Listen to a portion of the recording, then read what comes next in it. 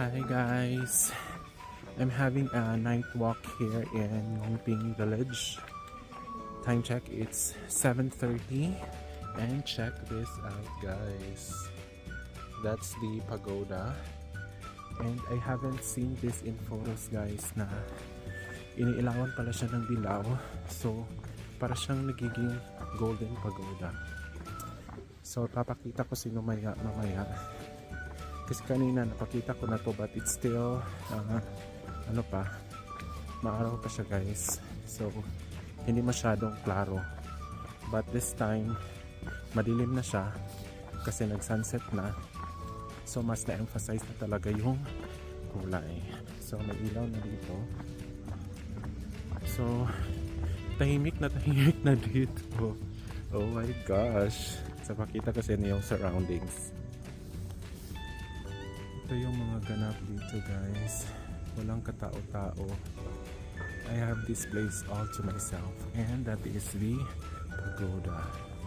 At my toilet dito guys, public toilet, and dito nang gagaling yung mga ilaw na napupunta sa Buddha. So may iba ding ilaw na nagre-reflect, but I don't think this is the usual kasi hindi naman ito parang naturally na nandito. Parang may magaganap na event, I think for New Year, as what I've said kanina. Basta ito yung setup ngayon and I'm gonna be taking photos guys.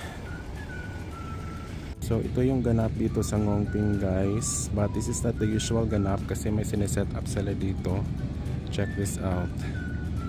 And tingnan niyo yung mga bukid, parang iniilawan nila. So yung mga ilaw na yun din yung napupunta sa pagoda, kaya nagiging golden siya, diba? Bongga. Look, and I'm still here. Kanina may nadaanan akong couple dito sa Hong Kong. So iba yung tripping nila guys kasi nandun sila sa likuran. Yung tripping nila is mag mountain climbing. So nung umalis ako ng hostel, doon din yung time na lumabas sila sa trail.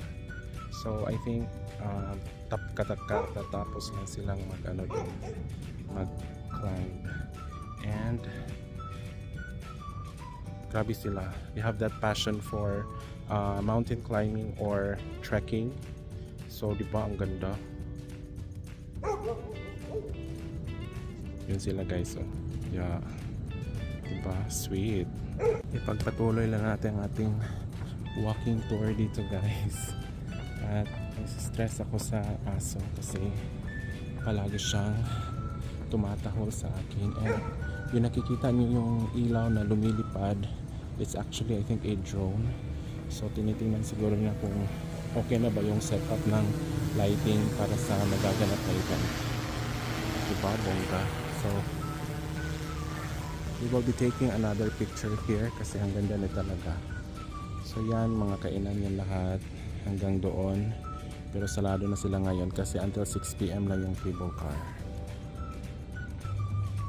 And nakarating na tayo malapit sa malaking arco guys. Look at that, diba? Isn't it amazing?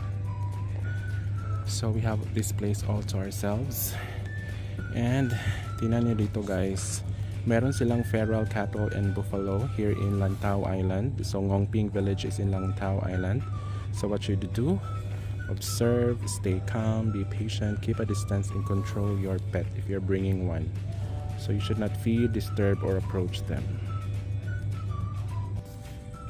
And we are getting closer na guys to the cable car station and to the bus. So punta muna tayo dun sa arc kung saan yung name ng Ngongping Village para makapag-picture tayo. Dito yon. And punta tayo ng a little bit further. Yeah, but I think it's already closed kasi may harang na, so bawal nang pumunta doon. Yeah, so I guess this is where our walking tour ends guys, and babalik na ako ng aking hostel. And ito yung ganap ngayon dito.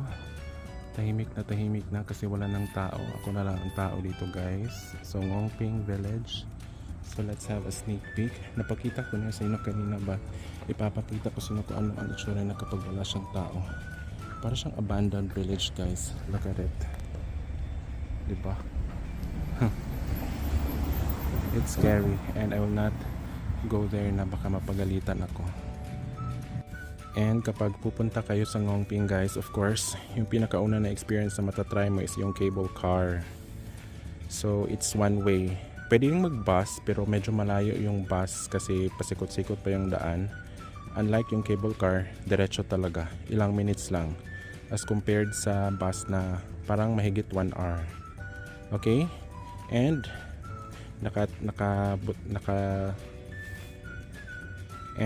nakalagay rin dyan public transport interchange. I think it's referring to the bus and taxi. So meron ding wisdom path. So if you are more into hiking or you do the trail and everything, pwede yan. And of course, pinaka-importante sa lahat is yung Big Buddha na nakita natin kanina pero hindi tayo makadaan kasi may harang na siya kasi gabi na, bawal nang umakyat.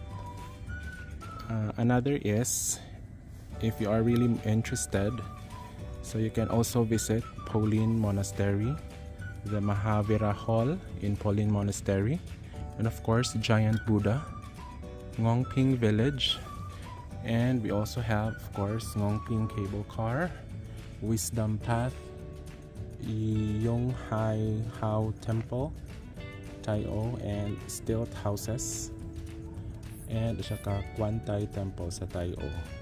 So ibang place to, guys, but pwede na siyang puntahan. So ito yung map ng Lantau, parang Ngongping Village, pero dito yung ano, guys, yung sa Taio, at ito yung area kung ito yung sa Taio, ito yung area kung saan yung kung saan dito yung ano, Ngongping Village. And that ends our walking tour, night walking tour here in Ngongping Village. Thanks for watching. I thought that was the ending of my night walking tour here in Ngongping, but it's not. I happened to witness their New Year's light show, but hindi ko na siya tinapos baka kasi mapagalitan ako, guys. And look at the moon, diba? So it's still ongoing, by the way, and ang daming mga drones. So look, baka mapagalitan ako. Medyo strict yata ang Hong Kong, so mahirap na. Happy New Year 2024.